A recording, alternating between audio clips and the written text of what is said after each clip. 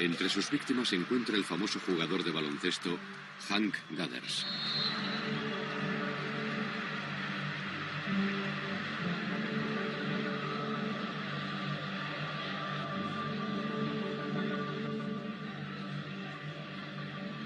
Cuando las señales eléctricas del corazón fallan, el corazón late de forma errática, la sangre deja de fluir y el cuerpo se queda sin oxígeno.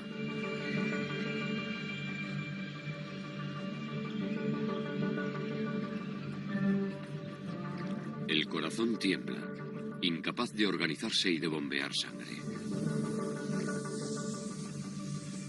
Los médicos llaman a esta tormenta eléctrica fibrilación ventricular y también ritmo de la muerte. Una vez que el corazón comienza a temblar por la fibrilación ventricular, el 90% de los afectados fallece. El único tratamiento es desfibrilar el corazón con una potente carga eléctrica, parándolo por completo. Una vez parado, el corazón puede reprogramarse y volver a latir rítmicamente.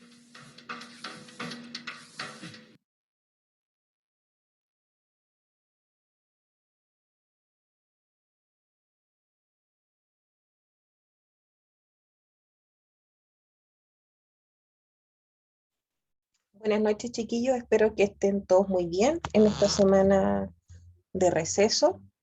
Esta clase vamos a revisar proceso de atención de enfermería del paciente con arritmias cardíacas. En los videos que acabamos de revisar, en el primer caso tenemos una arritmia que se conoce como fibrilación auricular, y en el video además pueden observar las características electrocardiográficas que permiten hacer el diagnóstico de este tipo de alteración cardíaca.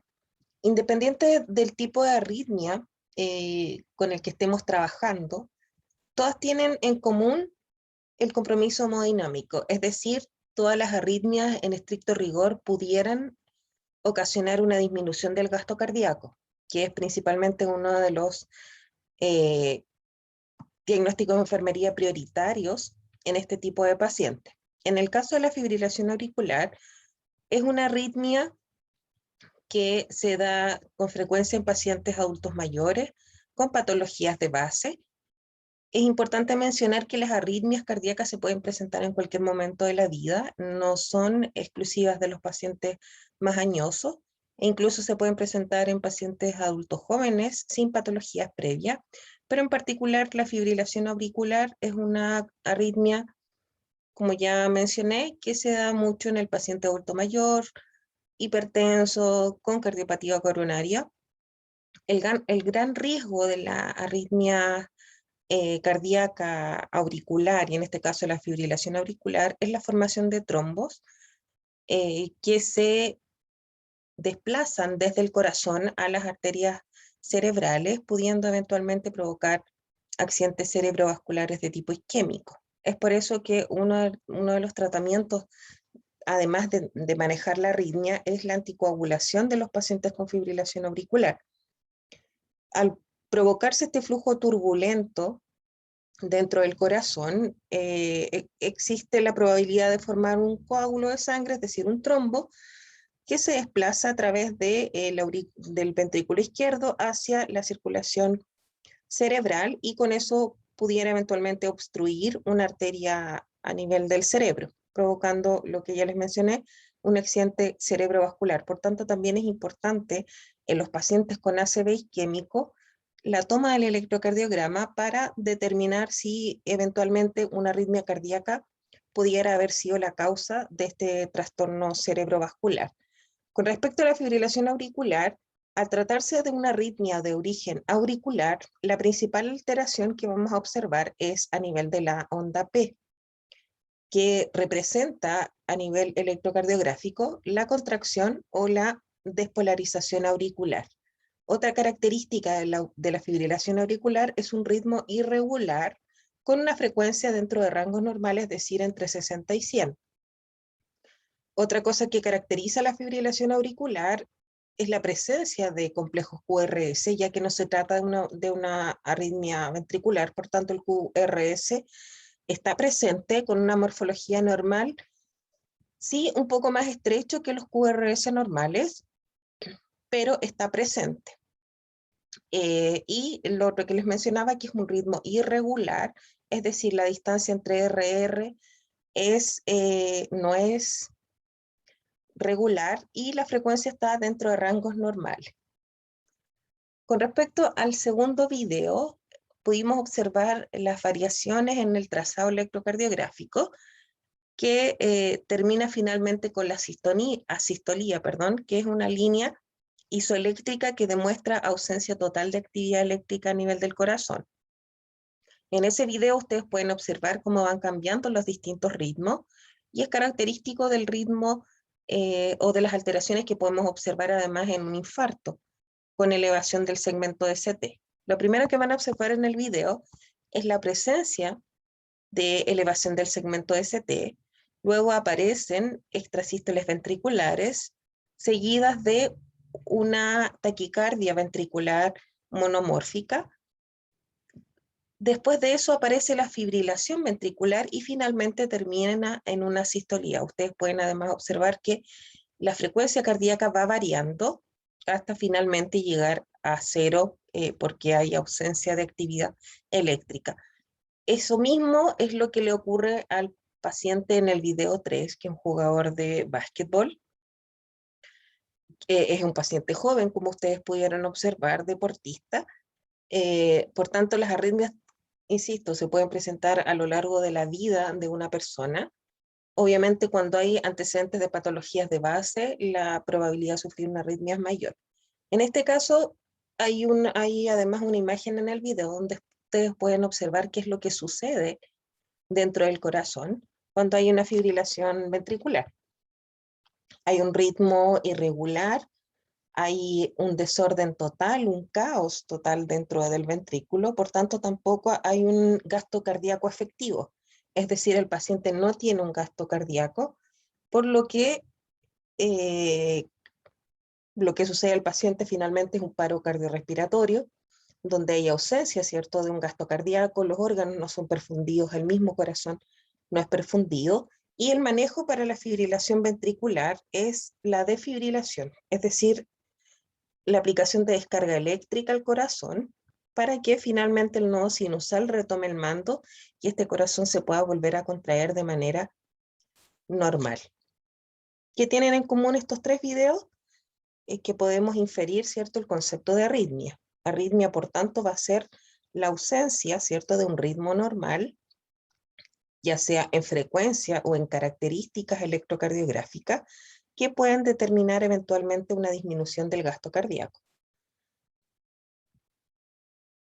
Para entender un poco por qué se producen las arritmias, debemos recordar a nivel fisiológico y a nivel anatómico cómo está conformado el corazón y cuál es su sistema eléctrico.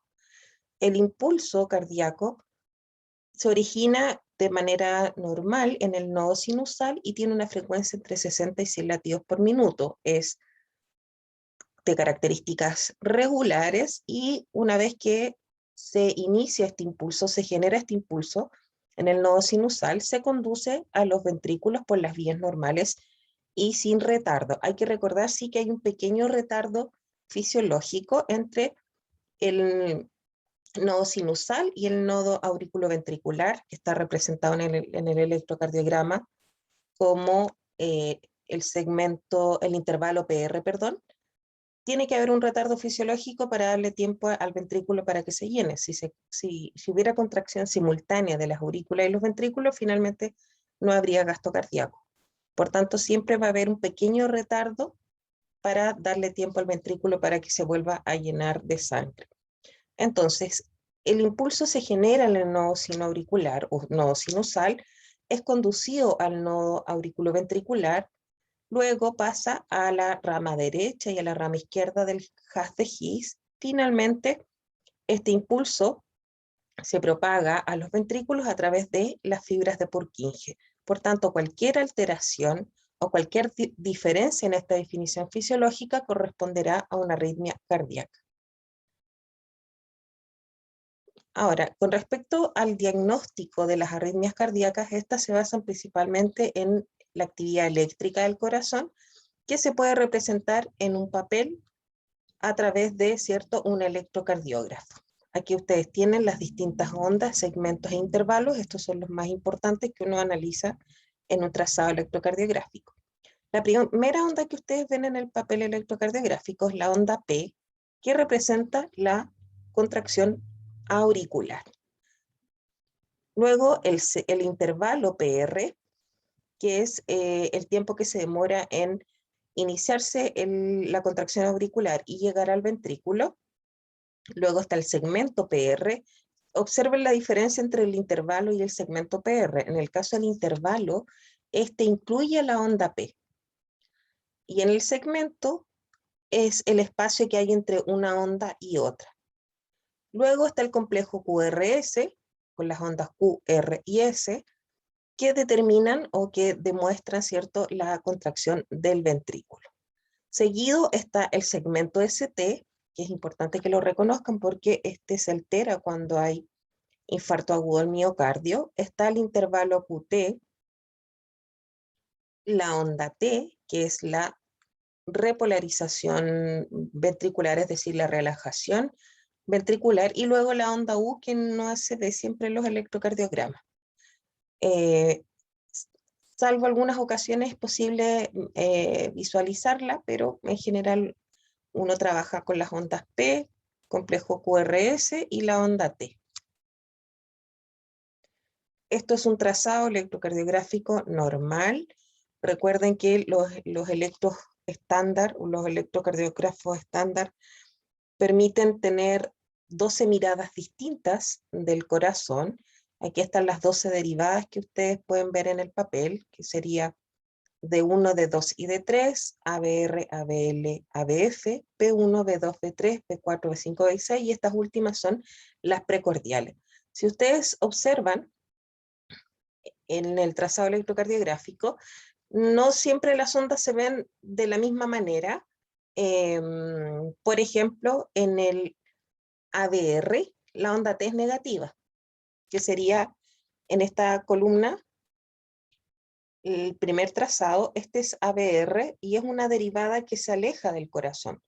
Es decir, me da una mirada más lejana del corazón y es por eso que la onda T se ve negativa.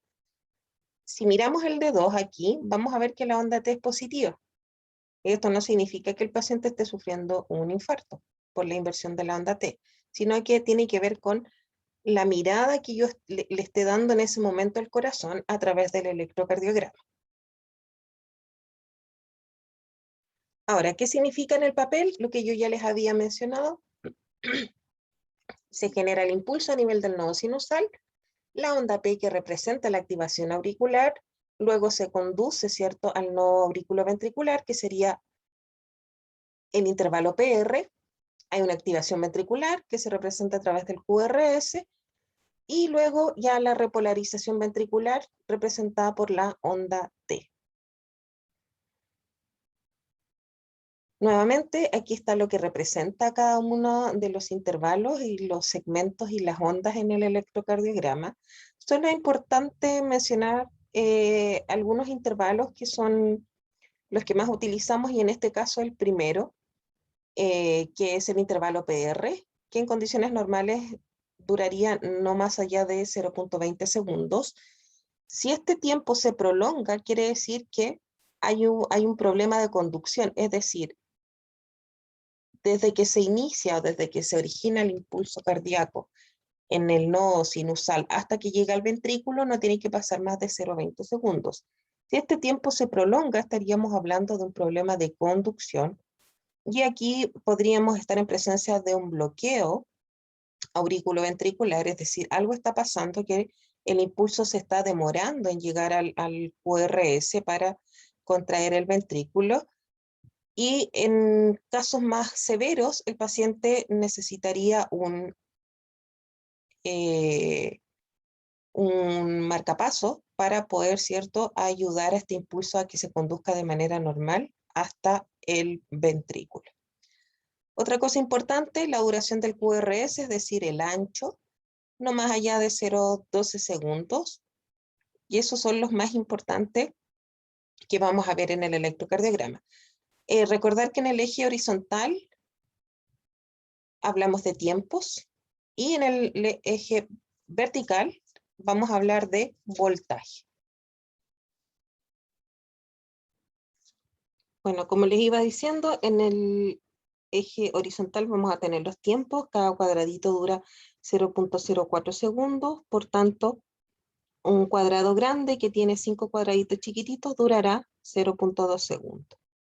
Y en el eje horizontal vamos a tener el voltaje de la actividad eléctrica.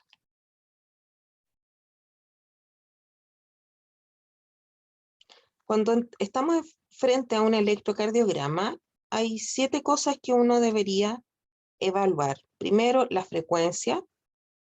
Si está por debajo, hablamos de una bradicardia. Si está por sobre los 100, hablamos de una taquicardia. Si es regular, si está presente o no la onda P y cómo es su morfología. Cuánto mide el segmento o el intervalo PR, perdón. Si el complejo QRS está presente, cómo es su morfología y si es ancho, si es estrecho. Con respecto a la repolarización, vamos a mirar el segmento ST, la onda T y el intervalo QT.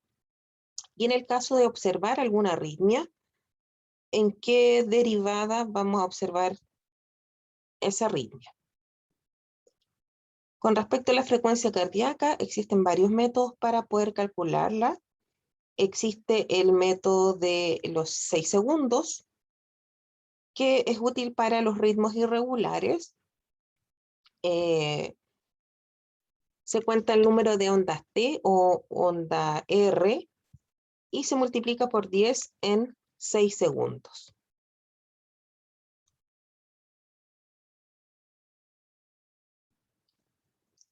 ¿En qué consiste este método de los 6 segundos? En contar, vamos a trabajar con las R, que es la onda más alta que ustedes observan ahí en el trazado. 30 cuadrados de estos grandes corresponden a 6 segundos. Entonces vamos a contar en 30 cuadrados cuántas R's hay y luego lo vamos a multiplicar por 70. En este caso tenemos los 30 cuadrados y dentro de esos 30 cuadrados podemos observar 1, 2, 3, 4, 5, 6, 7 R's. Multiplicado por 10 nos daría 70 latidos por minuto. Este es un método, insisto, para un ritmo irregular.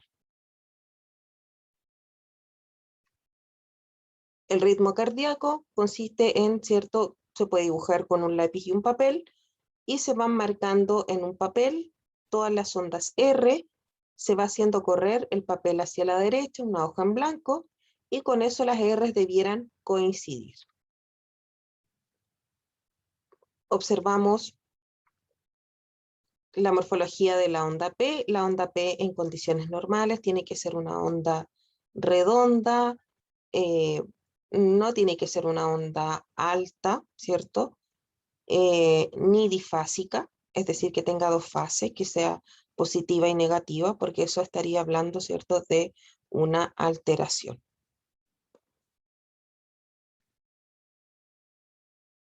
Aquí pueden observar otras alteraciones de la onda P. Por ejemplo, en este caso es una onda mellada o bífida. Si se fijan, tiene dos curvaturas, y esto habla de una insuficiencia a nivel de la válvula mitral. El intervalo PR, que ya les mencioné, ¿cierto? Determina el tiempo que se demora el impulso en conducirse desde la aurícula al ventrículo, y tiene que durar no más de 0.20 segundos. Complejo QRS tiene que ser de ancho no más allá de 0.08 segundos. Las anchas son las que duran onda Q, perdón, una onda Q patológica, que es la que aparece en el infarto, no debiera tener una anchura mayor a 0.04 segundos, es decir, un cuadradito pequeño, y no deberían ser más profundas que la onda R.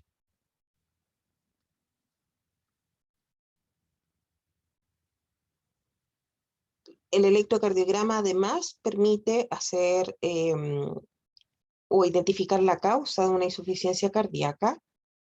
Recuerden que en la insuficiencia cardíaca hay un crecimiento ventricular y una de las características de las insuficiencias cardíacas izquierdas, hay una hipertrofia ventricular izquierda y la podemos observar, ¿cierto?, con alteraciones a nivel de la onda T. Por ejemplo, aquí en el B1, donde la onda T debería ser positiva, en este caso está hacia abajo, es decir, negativa.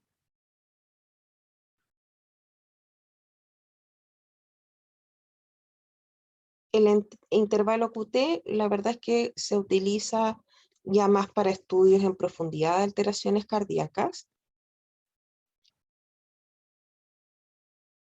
Y con respecto a la clasificación de las arritmias, esto ustedes lo revisaron en una guía que yo les dejé de estudio, existen varias clasificaciones. Con respecto a la ubicación del trastorno, podemos hablar de arritmias supraventriculares, es decir, arritmias que ocurren por sobre los ventrículos.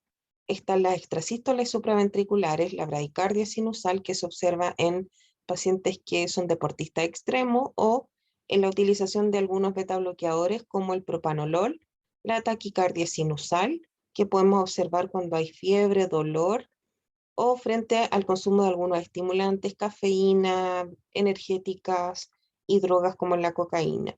La fibrilación auricular ya la observamos en el video, el flutter auricular y la taquicardia paroxística supraventricular. Con respecto a esta última arritmia, es frecuente en pacientes jóvenes sin antecedentes mórbidos y se trata de una alteración de inicio súbito, el paciente no presenta síntomas previos.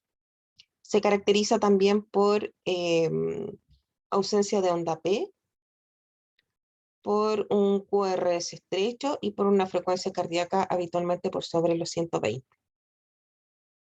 Con respecto a las arritmias de aurículos ventriculares, vamos a tener el bloqueo auriculoventricular de primer grado, segundo grado, tercer grado y trastornos de la unión.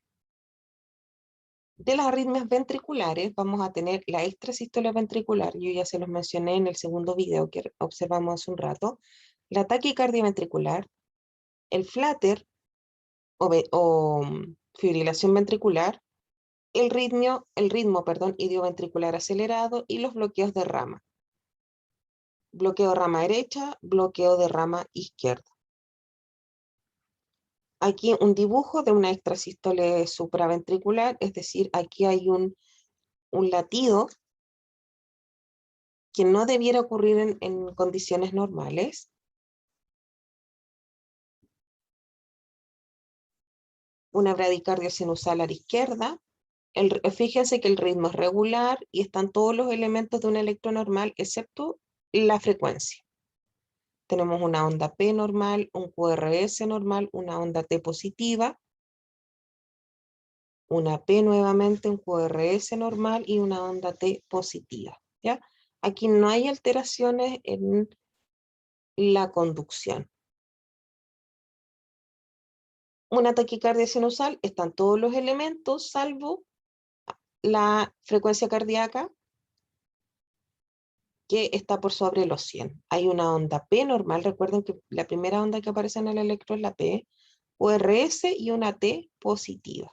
¿Ya? Por tanto, aquí hablamos de una taquicardia sinusal.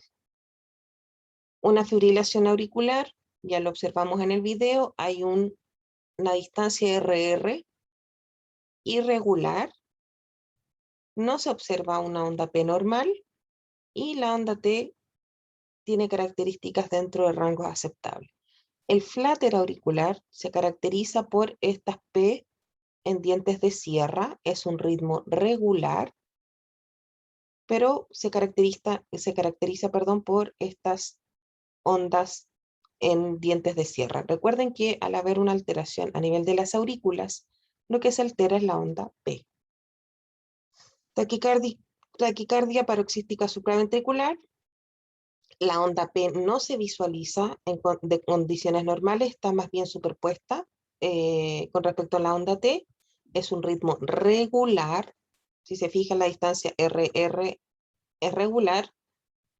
Y al ser una taquicardia, hablamos de una frecuencia por sobre los 100.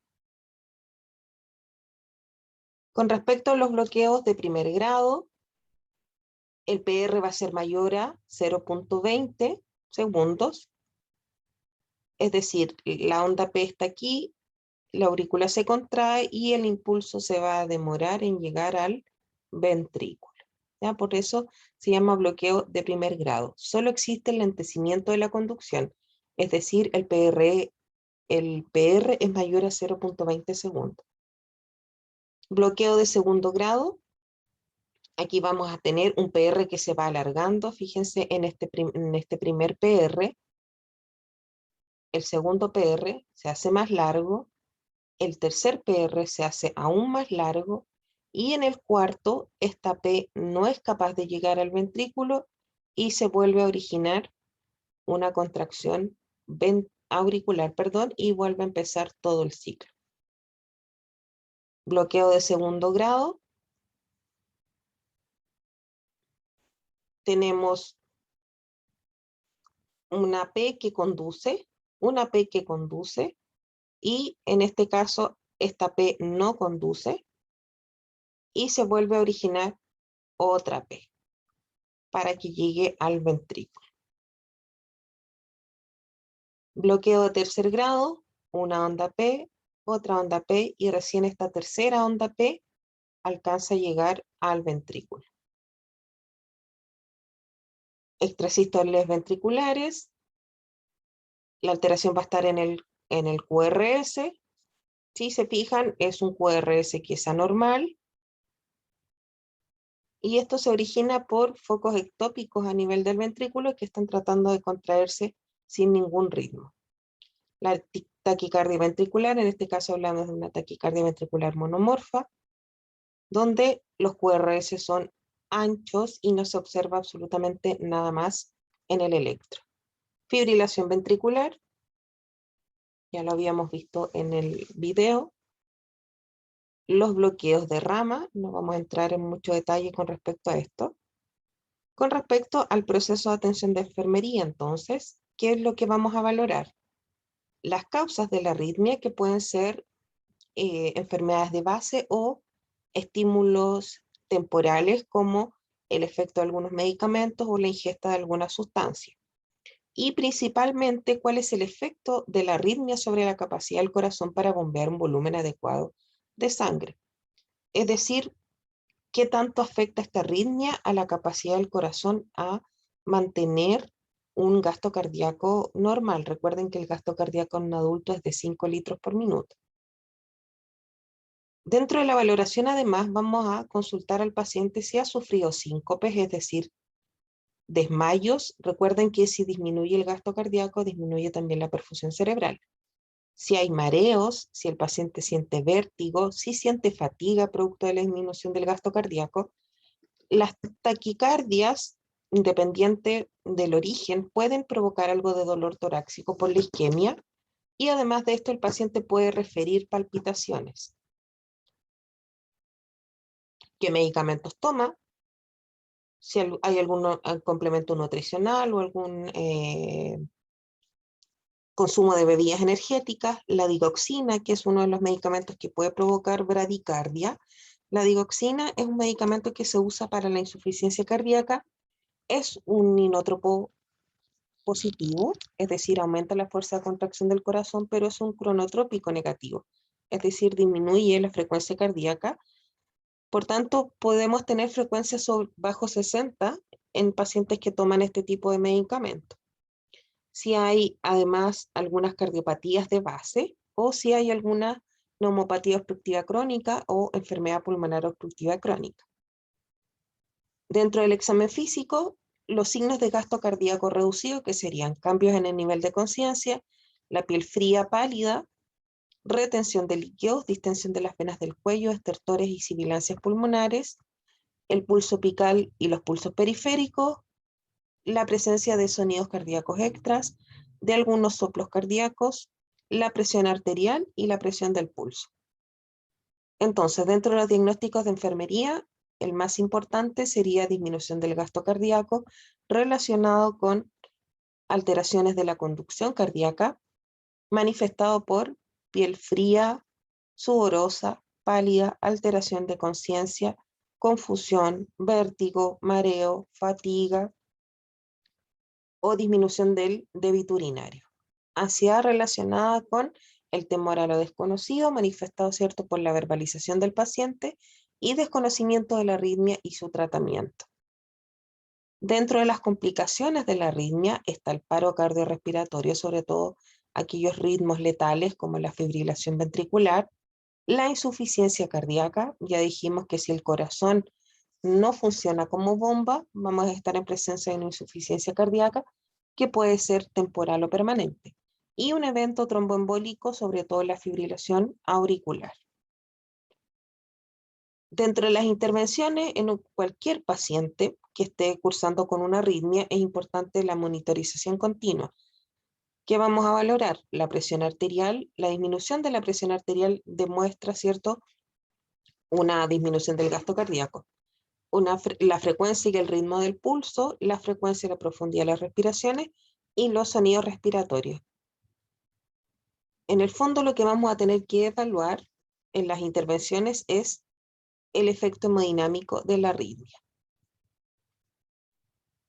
Las intervenciones también tienen que ver con ir valorando constantemente el paciente, toma de electrocardiograma de 12 derivaciones, analizar el electrocardiograma, lo básico para un electrocardiograma, observar y valorar la respuesta al tratamiento farmacológico, administrar de manera cuidadosa. Habitualmente los antiarrítmicos se administran por vía venosa periférica, a través de una vía o de un acceso exclusivo, o por bomba de infusión, y eliminar los factores que contribuyen a la arritmia, la cafeína, el estrés, la falta de cumplimiento terapéutico. Si el paciente ya tiene una arritmia y se deja de tomar los medicamentos, obviamente esta arritmia va a recidivar.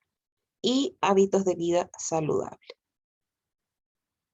Sobre todo mantener la calma y tranquilizar al paciente, ya que la ansiedad aumenta la demanda de oxígeno del corazón, que está funcionando de manera inadecuada, y no podría suplir esta demanda.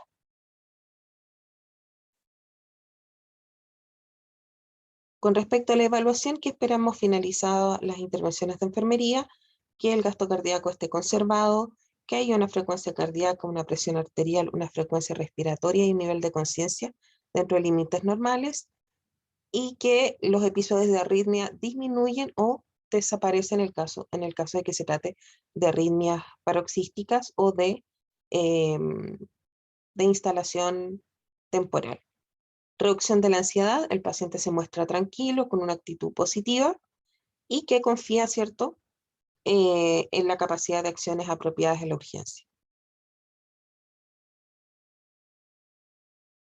Los conocimientos sobre la arritmia es algo que también vamos a evaluar. El paciente puede vivir con esta arritmia durante el resto de su vida, pero es importante que sea capaz de describir el régimen terapéutico, es decir, para qué sirven los medicamentos y cómo se los tiene que tomar, y además que el paciente tenga la capacidad de identificar aquellos factores que pueden contribuir a la aparición de nuevas arritmias.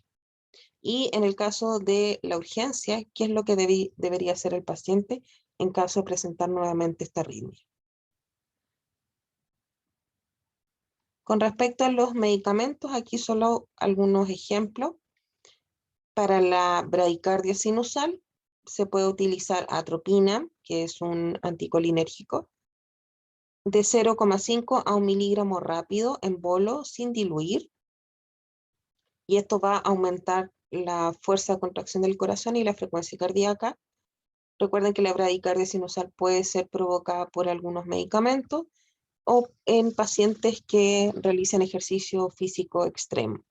Bloqueadores del calcio o bloqueadores o beta bloqueadores en el caso de la taquicardia sinusal, como el nifedipino o el propanolol. En el caso del fláter auricular, recuerden que el fláter era el que tenía los dientes de sierra, en dientes de sierra. Se puede hacer una cardioversión eléctrica si el paciente está hemodinámicamente estable, o se pueden utilizar medicamentos antiarrítmicos como la amiodarona, la digoxina, algún digitálico, beta bloqueadores, diltiazem o verapamil. En el caso de la fibrilación auricular, recuerden que esto puede provocar eventos cerebrovasculares de tipo isquémico, se puede hacer cardioversión, anticoagulación, se pueden utilizar medicamentos como el verapamilo, diltiazem, amiodarona, beta bloqueador o digoxina. En la taquicardia paroxística supraventricular, las maniobras vagales para estimular el nervio vago, para que disminuya la frecuencia cardíaca, pero no se usa en pacientes añosos. Y se puede utilizar además la adenosina para revertir esta arritmia. En el caso de la taquicardia ventricular, se hace RCP, cardioversión eléctrica, lidocaína o amiodarona. En el caso de la fibrilación ventricular, lo que corresponde es desfibrilar, es decir, resetear el corazón, y maniobras de reanimación cardiopulmonar. Y en el caso de bloqueo auriculoventricular de tercer grado, el tratamiento puede consistir en atropina, y si no hay respuesta, el paciente necesita ser sometido a una intervención quirúrgica para la instalación de un marcapasos percutáneo o un marcapaso definitivo. Entonces, en resumen, las arritmias son alteraciones en la conducción del impulso cardíaco, ya sea en el lugar donde debe originarse el impulso cardíaco o en la manera en que éste se propaga a través del músculo miocárdico. Importante con respecto a la clasificación de las arritmias, estas se pueden clasificar según el sitio de origen, en arritmias, auriculares, supraventriculares o ventriculares. Y con respecto a la frecuencia cardíaca, podemos hablar de taquiarritmias o bradiarritmias. Con respecto a el electrocardiograma, es el examen que diagnostica la arritmia. Cuando tomamos un electrocardiograma, cuando el paciente refiere dolor precordial, cuando al tomar el pulso de forma manual detectamos un pulso irregular, cuando el paciente tiene que ser sometido a una intervención quirúrgica, tiene más de 40 años, entre otras indicaciones. El electrocardiograma, recuerden que en el eje horizontal nosotros establecemos el tiempo de las ondas, los intervalos y los segmentos, y en el eje vertical el voltaje. ¿Cuáles son las ondas y los segmentos más importantes, los intervalos que vamos a observar en el electrocardiograma? La onda P, que es la contracción auricular, el intervalo PR, que grafica la conducción auriculoventricular del impulso, complejo QRS, que es la contracción ventricular, el segmento ST, que es la repolarización, es decir, la relajación ventricular junto a la onda T, que en condiciones normales debería ser positiva en D2 y negativa en ABR. Con respecto al proceso de atención de enfermería, es importante valorar signos y síntomas que el paciente haya presentado, que pueden demostrar la disminución del gasto cardíaco: piel pálida, fría, sudorosa, desmayos, fatigas. Con respecto a los diagnósticos, el más importante es la disminución del gasto cardíaco. Dentro de las intervenciones, monitorización continua del paciente, toma de electrocardiograma, administración de medicamentos indicados, instalación de vía venosa.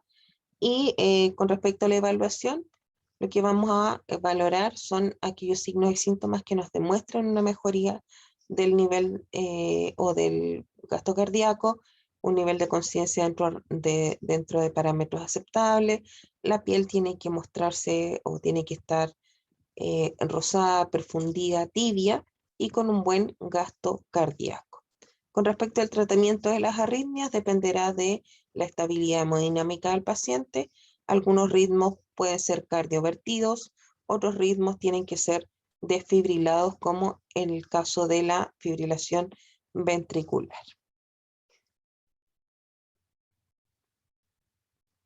Cualquier duda que tengan con respecto a esta clase, me pueden hacer llegar sus inquietudes.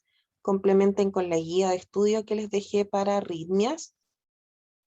Espero que tengan un excelente receso y Dios mediante nos encontraríamos la próxima semana para la primera prueba de cátedra. Les mando un abrazo fuerte, cuídense mucho.